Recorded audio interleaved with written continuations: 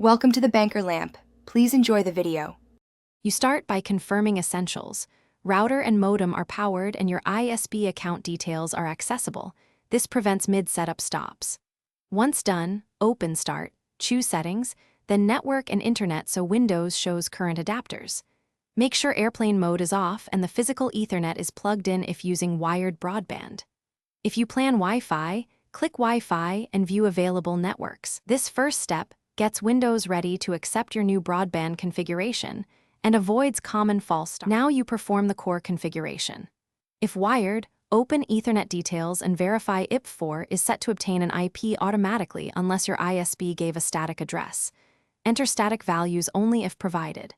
For Wi-Fi, pick your SSID, click Connect, and type the network key. Keep capitalization exact. For PPPoE or static broadband, go to Network and Internet, choose Dial-Up or VPN setup, create a new connection, and input the ISP username, password, and service name. This is where correct values determine success.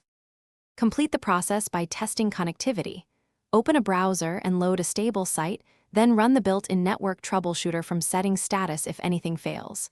If you still lack internet, restart your modem, router, and PC in that order. This clears leases and DNS caches. Make sure adapter drivers are current. Go to Device Manager, find the network adapter, and update or reinstall the driver if packets aren't moving. If problems persist, call your ISP and report sync or authentication errors.